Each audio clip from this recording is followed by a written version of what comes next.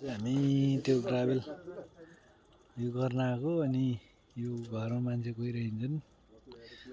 अब खाजा खाना खानलाई चाहिँ खाजा खानुपर्ने भएर यहाँ साग केलाउँदै छौँ। अनि यहाँ अन्डा पाक्दैछ।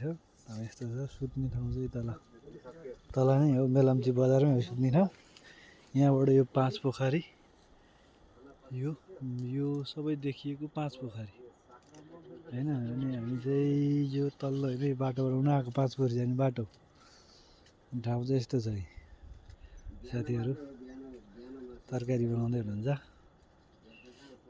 यो खाजा होला सायद अन्डा मासु आइपुग्नु लाग्यो। उतापट्टि पनि घर रहन्छ। उहाँ चाहिँ यतै गाउँले हुनुहुन्छ उहाँ चाहिँ। अनि यस्तो छ दुःख छ नि, पानी चाहिँ सुविधा छ, सबै कुराको सुविधा छ यहाँ। पानी छर्ने बत्ती सबै सुविधा छ। मान्छेहरू चाहिँ कोही छैनन् यहाँ।